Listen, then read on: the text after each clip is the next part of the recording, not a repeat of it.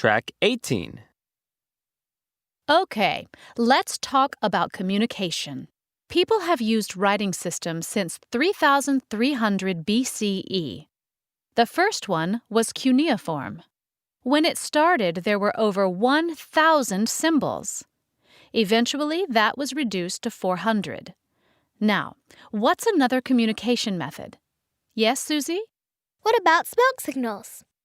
Oh, yes. Smoke signals are a very old form of communication.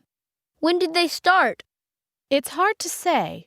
We know they have been used since 150 BCE. That's when a Greek historian named Polybius developed signals that represented alphabet letters. But they probably started much earlier. Now, who knows what the telegraph is? John?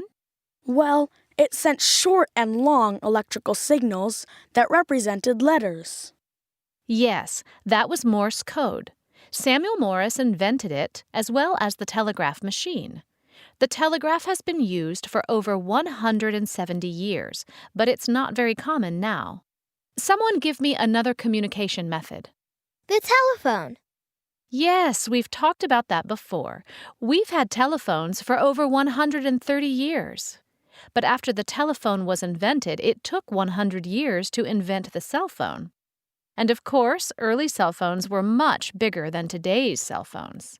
You can put a new one in your pocket. You couldn't do that with the first one. The last thing I want to talk about is the Internet. People have worked on the Internet since the 1960s, but the public has only had it for about 20 years. Today, there are over 1.6 billion people using the Internet. It has come a long way since the early days.